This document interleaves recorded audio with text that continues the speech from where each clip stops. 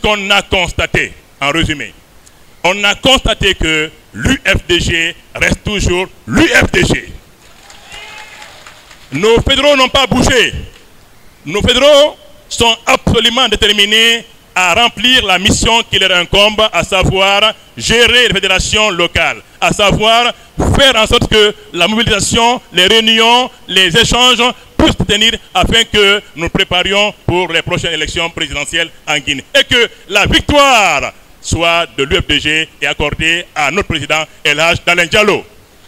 On a vu des femmes engagées, des jeunes engagés, des sages engagés pour la co-UFDG. Et certains même, en parlant, serraient les dents. Tellement que la hargne était là. Tellement que l'engagement, la volonté ferme était là. Donc ça, c'est au niveau de l'administration de notre parti. Le message a été passé. En tant que nouveau coordinateur, je suis la croix entre les fédérations. Il y en a 61, comme l'a rappelé ma collègue Madame Maï Khadijaba. Il y a 61 fédérations de l'UFDG en Guinée.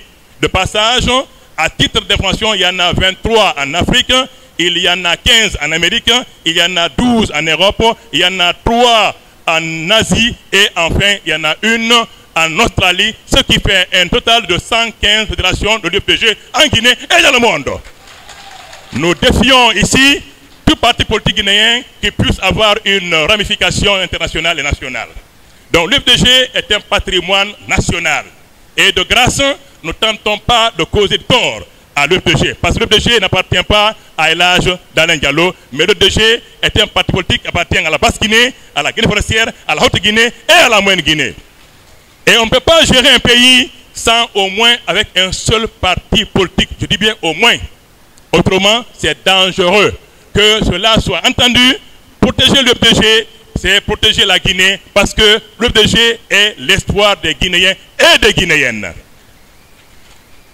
Donc, nous avons également montré que, au-delà de notre mission de coordinateur, de rassembler, d'écouter les fédérations et d'être leur interlocuteur entre la base, eux, et la direction nationale et le président, nous avons également une oreille attentive face à leurs préoccupations, face à leurs difficultés et à leurs problèmes. Donc, M. Ablaïba est leur petite houe face aux difficultés que la fédération rencontre. D'autres éléments, c'est la mobilisation. Nous avons demandé que toutes les fédérations reprennent les AG pour la simple raison que M. le Président Doumbouya, à l'occasion de son adresse à la nation le 31 décembre, avait expressément dit et formellement dit qu'en 2025, les activités politiques reprenaient en Guinée. Oui ou non? Bien évidemment, nous sommes un parti politique, nous avons des bases, nous avons une fédération, nous avons instruit à nos fédérations de recommencer les assemblées générales dans les sections et dans les fédérations. L'autre élément de droit, c'est le certificat d'aptitude à l'exercice régulier d'activités politiques délivré par le MATD à l'UFDG. Le voici. C'est le document officiel qui nous autorise, en plus de la décision du président, d'exercer notre activité en Guinée et sur l'ensemble du territoire national.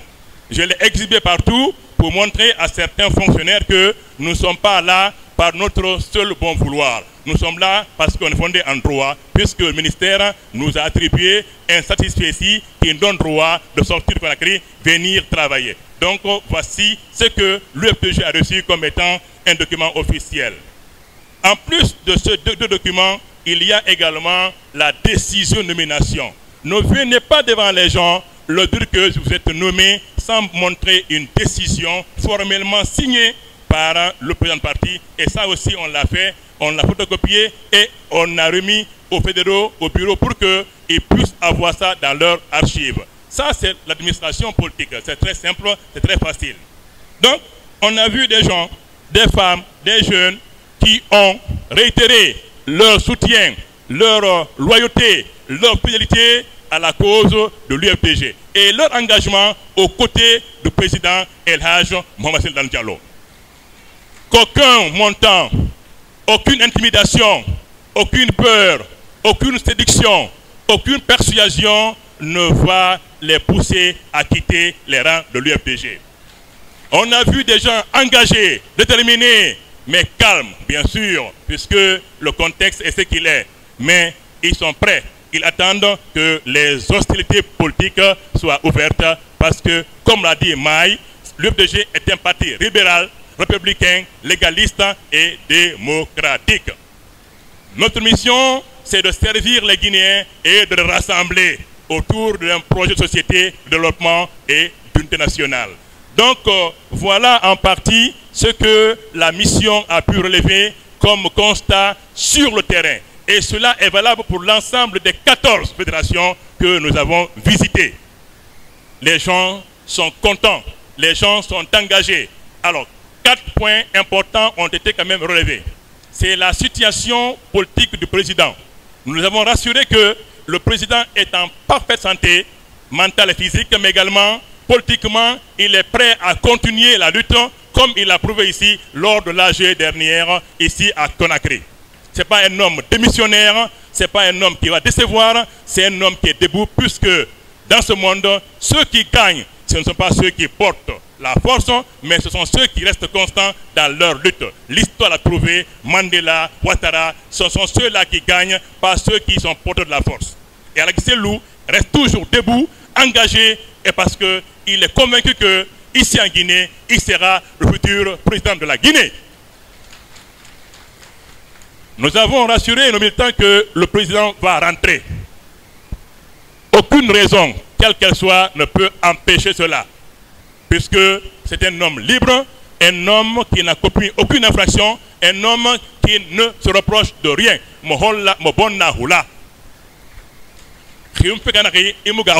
En bon sous-sous. Donc, mais le moment viendra lorsque le président va décider de rentrer. Ces élections présidentielles ne se passeront pas à son insu. Il sera ici avec nous, faire la campagne et il va les gagner. Deuxième élément, c'est l'affaire de la plainte au MATD et l'affaire de l'UFDG avec un plaignant et l'affaire de MATD avec l'UFDG. Nous avons expliqué cela, que oui, M. Ousmane Gawal Diallo se sont plein droit de saisir la justice de son pays s'il s'estime être lésé dans ses droits. Légitime, bien sûr. Donc une plainte a été introduite au niveau de la justice de Dixine. La juge a estimé qu'elle doit analyser la plainte. Et elle a demandé que l'UFDG accepte de reporter la tenue de son congrès à une date ultérieure. Ce à quoi l'UFDG, n'est-ce pas, a obtempéré en tant que parti légaliste républicain. Le MATD nous a instruit que sur les 17 points qui ont été réclamés à être satisfaits, 16 ont été satisfaits. Il restait un seul, à savoir la tenue du Congrès national. Mais puisque la justice est supérieure à une décision administrative, en l'occurrence celle du MATD, nous avons décidé en conseil politique d'écrire au MATD, joindre la décision de la juge de Dixine pour informer le ministre ou le ministère que cette situation judiciaire existe, par conséquent de bien vouloir tenir compte de cela. Donc c'est là où nous en sommes. Ce n'est pas un problème en soi, puisque les questions de procédure. Pour la procédure judiciaire, nos avocats œuvrent dans ce sens-là, et une décision est censée sortir le 9 mai concernant cette plainte à Dixine. Et que le MATD a accepté que, n'est-ce pas, la date du 19 et 20 avril soit reportée sine die. Donc on a expliqué ça, nettoyé, compris proprement par nos militants. Le deuxième élément qui est abordé, c'est l'affaire de ce fameux mémo en Haute-Guinée et en Guinée forestière qui a fait trop jaser dans les médias, dans les salons, dans les cafés. On a expliqué clairement et précisément que l'UFDG, le parti, n'en est pour rien. Au contraire, il est victime. Comment? Un cadre, membre du conseil politique, de surcroît coordinateur de la communication du parti, s'est permis, avec d'autres collègues, de sortir de Conakry sans ordre de mission et aller, n'est-ce pas, porter ce document à l'intention de fédéraux. Pour leur dire qu'il est temps que le président soit un président d'honneur et que ceux qui, pour des raisons diverses, ne sont pas à l'UFDG puissent revenir. On a expliqué que d'abord, cette démarche, elle est illégale. Dès l'instant où M. Joachim Baba Minimono, dont il est question, n'a pas le mandat d'aller vers les fédérations. Il n'est pas le coordinateur chargé de la fédération de l'intérieur. C'est Ablaïba, par une décision montrée ici, qui est habilité à sillonner, à rencontrer les fédéraux. Lui, il est chargé de la communication. Premier bémol, première infraction. Il est sorti sans être autorisé et a rencontré des gens qui ne relèvent pas de lui. Deuxièmement, c'est cette posture de défenseur d'une cause perdue. Des gens désespérés, des gens sans programme, des gens sans projet, des gens de mauvaise foi, des gens qui n'ont aucune idée de la Guinée, pensant vouloir récupérer l'UFDG. Ce qui est hallucinant, ce qui est impensable, ce qui est impossible. Nous l'avons dit que cela est faux et archi faux. Ce mémo n'a pas été écrit par les fédéraux, mais plutôt écrit, rédigé ici à Conakry, par des ennemis de l'UFDG, tapis dans l'ombre et qui n'osent même pas s'afficher. Ils devraient avoir le courage de s'afficher, pardon.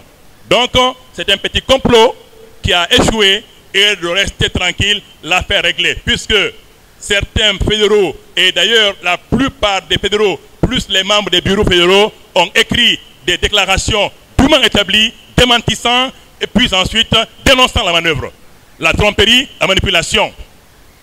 Donc, tous les médias, les sites internet ont publié ces déclarations de pardon, d'excuses et de loyauté, de fidélité et d'engagement vis-à-vis du président et du parti, à savoir continuer la lutte pacifique, la lutte démocratique jusqu'à la victoire finale. Donc l'affaire de Mémo est réglée, est finie, terminée. Conséquence pour l'auteur, puisque quand même, quand un individu pose un acte illégal, un acte inédit, bien évidemment, il faut qu'il comprenne que ce qu'il a fait n'est pas bon. Le président a décidé, pour des raisons de sécurité intérieure au parti, d'écarter gentiment et poliment M. Joachim Baba Minimono. Anani abonni, adjonna golle de bonirta. Anani abonni, alami. Salami abungike, mais Martinte. Diama Martinte. UFDG, hina les cadres, konon o jamado. Monohuti, yo figure oyay. Donc, voilà ce qui monte à la tête des gens, hein, ou bien certaines personnes mégalomanes qui pensent qu'à l'UFDG, on peut faire n'importe quoi. Donc, une décision a été prise simplement pour dire, Monsieur Minimono, reposez-vous. Cependant, vous restez dans le parti, mais on vous a écarté de la coordination. Et mon frère, Souleymane Konaté, a été naturellement choisi. Applaudissez pour lui. Parce qu'il est valable.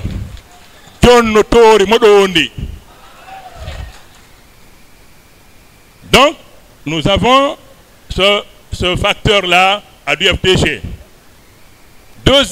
Quatrième élément, c'est l'affaire de nos collègues qui ont été vus sur une photo inédite, surprenante, n'est-ce pas, avec les autorités, sans aussi un mandat. À l'UFDG, on ne peut pas rencontrer n'importe qui sans être mandaté. C'est une infraction, c'est une faute. Donc, nous avons également expliqué à nos collègues et militants qui étaient assoiffés de vérité, parce que les médias parlent de toute façon, la rue en parle, les cafés, chacun parle de ses commentaires. Nous avons levé le voile sur cette affaire. Personne n'a été chassé de l'UFDG, personne n'a été congédié, personne n'a été insulté ou bien personne n'a fait objet de colère. Cependant, des cadres au plus haut niveau, le trésorier du parti, le député, ex-député de l'AB ont été vus, n'est-ce pas, ailleurs. Ce qui n'est pas, comment dirais-je, n'a pas été compris. Et on a attendu pendant quelque temps, au moins pendant 8 jours, pour que ceux qui ont été vus puissent venir s'expliquer vis-à-vis du conseil politique. Tel n'a pas été le cas, mais puisque le parti c'est une administration qui doit continuer à travailler. Le président a décidé de combler le vide en nommant M. Honorable Kale Modou Yansane à la trésorerie du parti. Parce qu'il faut que le parti travaille. Deuxièmement, j'ai été également commis comme étant coordinateur Fédération de l'Intérieur pour que ce qu'on a fait là puisse se faire. On est parti, on est revenu avec un réel bonheur. Un plaisir immense. On a vu la Guinée profonde, on a vu les gens, on a vu les hameaux, les villas, on a vu les femmes, on a vu les jeunes, on a vu les sages, on a vu la Guinée, la vraie Guinée et la vraie UFDG. C'est ça l'UFDG. Là aussi, on leur a dit que personne n'a été chassé, mais puisque ce qu'on a vu n'a pas été consulté, n'a pas été concerté, et on a attendu les intéressés pour qu'ils viennent livrer éventuellement une raison qui puisse justifier cette sortie inédite, ça n'a pas été fait. Le président doit contrôler, il doit sécuriser les institutions du parti. Par conséquent, il a décidé de combler le vide pour que le parti puisse fonctionner. Et aujourd'hui, merci, le Trésor fonctionne, les fédérations de l'intérieur aussi fonctionnent également bien. Le dernier élément, c'est le recensement. C'est un acte civique. Chaque État doit savoir quels sont ses citoyens, combien sont-ils, de quel âge, quelle profession, quelle activité, quelle nature. Donc ça, c'est tout à fait normal. C'est dans les textes de loi. Donc là aussi, on a été instruit de dire à nos fédéraux et à nos cadres et militants d'appuyer, de mobiliser, sensibiliser, encourager tous les gens de l'UFDG, femmes et hommes, à aller se faire recenser. C'est un acte citoyen. De 10 à X années, l'État guinéen est prêt à savoir combien nous sommes. Mais également de ne pas oublier de chercher la carte d'identité nationale. Dieu merci, elle est gratuite. C'est à l'actif du gouvernement guinéen, c'est très bien, d'offrir à des pauvres citoyens une carte qui aurait coûté 250 000 ou 300 000. Moi, la mienne, je l'ai faite à 250 000 avant que le décret ne puisse être publié. Là aussi, au nom de la direction nationale, nous avons demandé que nos cadres appuient, mobilisent, sensibilisent les militants pour que chacun ait sa carte d'identité et sa carte électorale pour que, aux élections prochaines, l'UFDG puisse faire le plein de voix.